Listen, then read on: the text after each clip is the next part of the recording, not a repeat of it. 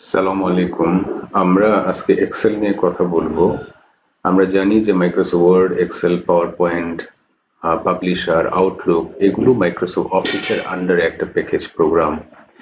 Microsoft ওয়ার্ডে যেমন আমরা ওয়ার্ড প্রসেসিং এর জন্য, ডকুমেন্ট বানানোর জন্য, চিঠি লেখার জন্য, কোনো আর্টিকেল লেখার জন্য আমরা ওয়ার্ড প্রসেসিং করতাম, লেখালেখি করতাম, মডিফাই করতাম। তারপর টেবিল বানাতে পারতাম, যে কোনো ধরনের টেক্সট লিখতে পারতাম, ইমেজ প্রসেস করতে পারতাম। বাট মাইক্রোসফট এক্সেল হচ্ছে একটু ডিফারেন্ট পারপাসে ইউজ হয়, যেমন ডেটা অ্যানালাইসিস করার জন্য, ডেটা অ্যাকাউন্টিং এর জন্য, ক্যালকুলেশনের জন্য। ভেরি কুইকলি যদি আপনি একটা ডেটাবেস ক্রিয়েট করতে চান তাহলে আমরা এক্সেল ব্যবহার করে থাকি। ডেটা ভিজুয়ালাইজ করে থাকি, অনেক ডেটার মধ্যে থেকে আমরা ইনসাইটস বের করতে পারি। তারপর ডিসিশন মেকিং এর জন্য আমরা ডেটা অ্যানালাইটিক্স করতে পারি, ড্যাশবোর্ড বানাতে পারি, সিকিউরিটি করতে পারি, অটোমেশন করতে পারি।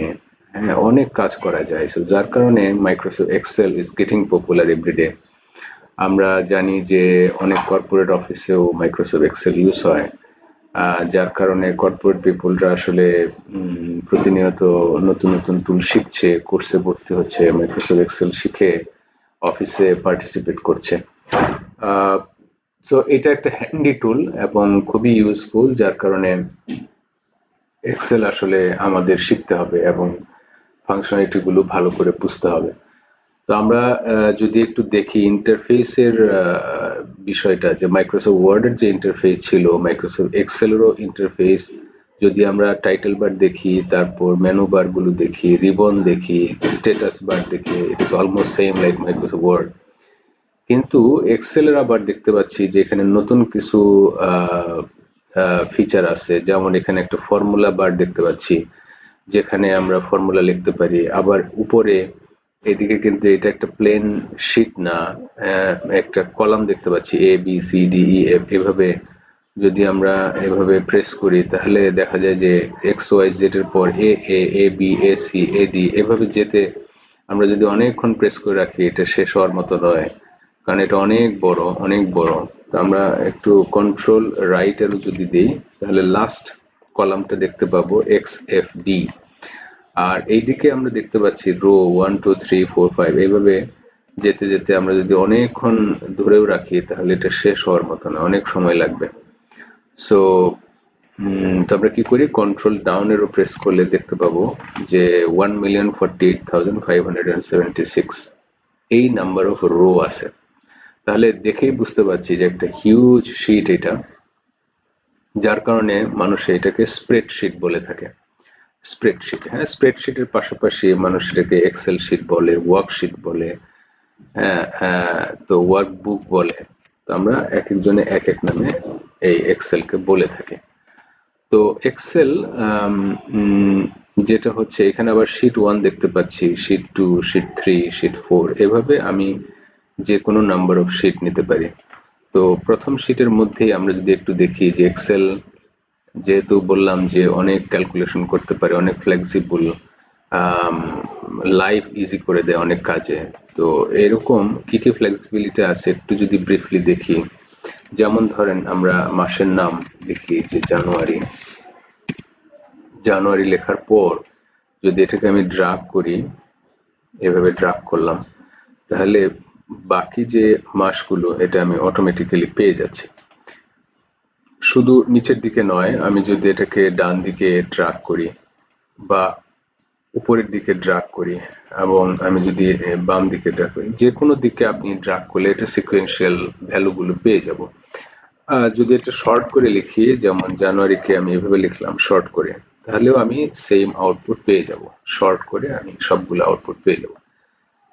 শুধু মাসের নাম নয়, আমি যদি ডেজ গুলো চিন্তা করি, যে স্যাটারডে লিখলাম, বাদ বাকি ডেজ গুলো আমি অটোমেটিক্যালি এখানে পেয়ে যাব।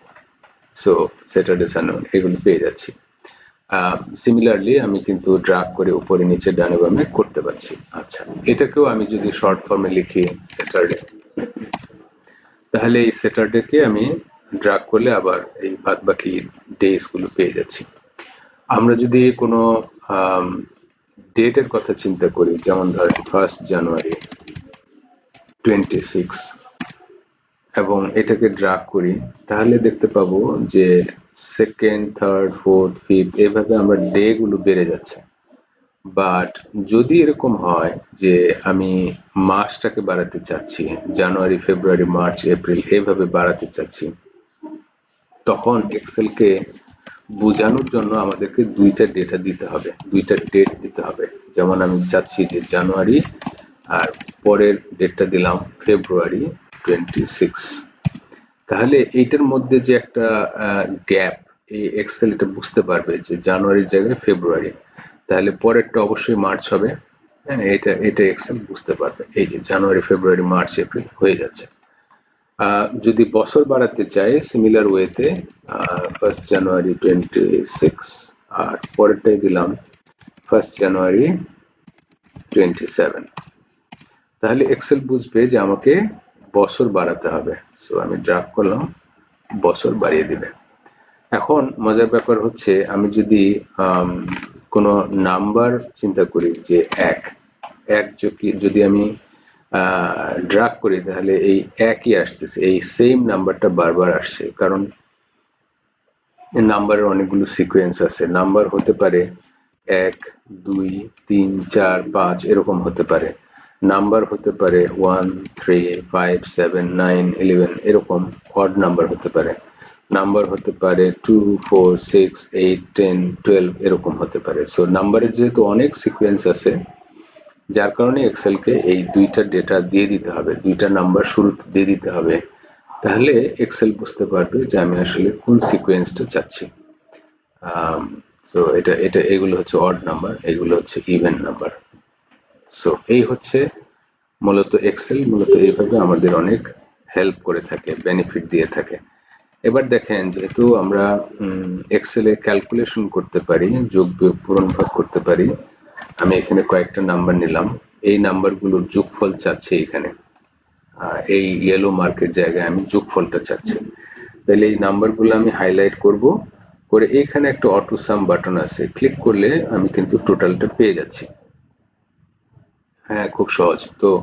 বাট যদি নাম্বারগুলো একটু ছড়ানো ছিটানো থাকে, যেমন ধরেন আমি এই 34, 55 এই দুইটা নাম্বারকে যোগ করে আমি রেজাল্টটা চাচ্ছি এই জায়গায়, এইখানে হচ্ছে N27 এর জায়গায় আমি যোগফলটা চাচ্ছি, 34 এবং 55 এর যোগফল এখানে চাচ্ছি।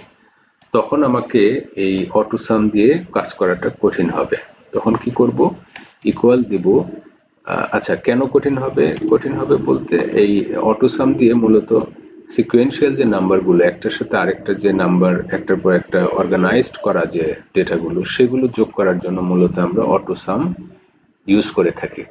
বাট এটা নট নেসেসারি যে এরকম যে অটো সাম দিয়ে এই কাজটা করা যাবে না, সেরকম নয়, করা যাবে, কিন্তু এটা ফিজিবল না, ইজি না। তাহলে অটো সাম আমরা তখন ইউজ করব যখন আমার নাম্বারগুলো একটার পর একটা লাগানো আছে এবং রেজাল্টটা আমি পাশাপাশি চাচ্ছি, সেই সব ক্ষেত্রে আমরা অটো সাম ইউজ করব।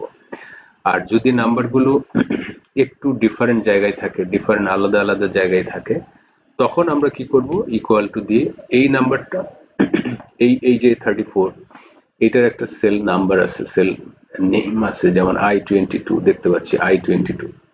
তো আমি I22 লেখার দরকার নাই, জাস্ট ক্লিক করলে I22 এখানে চলে আসবে। তারপর প্লাস দিলাম, এবং এই যে 55 এটার সেল নেমটা কি আছে, K24, K24। তো K24 আমাকে লিখতে হবে না কিবোর্ড থেকে, জাস্ট এখানে ক্লিক করলে K24 আসবে, এন্টার দিলাম, তাহলে আমার যোগফলটা কিন্তু হয়ে গেল, যোগ করা হয়ে গেল। এখন যদি আমি বিয়োগ করতে চাই, কি করব, ইকুয়াল টু দিব 55 মাইনাস এই 34 দিলাম, এন্টার দিলাম, আমার বিয়োগ হয়ে গেল। মাল্টিপ্লাই করতে চাই, তাহলে এই নাম্বার মাল্টিপ্লাই হচ্ছে এই স্টার মার্ক, অ্যাস্টারিস্ক, এটা দিয়ে তারপর হচ্ছে আমি এই সেকেন্ড নাম্বারটা দিলাম, তাহলে আমার মাল্টিপ্লাই হয়ে গেল। ডিভাইড করতে চাই, 55 কে ডিভাইড করব এই 34 দিয়ে। তো ডিভাইডের একটু খেয়াল রাখতে হবে যে ডিভাইড করার জন্য আমরা স্ল্যাশ ইউজ করে থাকি। অনেকেই ভুল করে এখানে পার্সেন্টেজ দিয়ে দেয়, বাট পার্সেন্টেজ হচ্ছে পার্সেন্টেজ হিসাব করার জন্য বা মডুলাস ইউজ করার জন্য আমরা ইউজ করি। বাট এখানে মাইক্রোসফট এক্সেলে স্ল্যাশ দিয়ে আমরা সাধারণত ভাগ করে থাকি। তো এই যে ভাগ হয়ে গেল, তাহলে আমি যোগ বিয়োগ পূরণ ভাগ করতে পারছি মাইক্রোসফট এক্সেলে, খুব সহজেই করতে পারছি। আচ্ছা, আমরা দুইটা ভাবে যোগ করা দেখলাম, একটা হচ্ছে অটো সাম দিয়ে, আরেকটা হচ্ছে এভাবে রেফারেন্স ধরে ধরে যোগ করা। আমরা আরেকভাবে যোগ করতে পারবো, সেটা হচ্ছে ফাংশন বা ফর্মুলা ইউজ করে, সেটা আমরা যখন ফাংশন ফর্মুলা নিয়ে কথা বলবো ওই সেশনটাতে যোগ করা দেখাবো।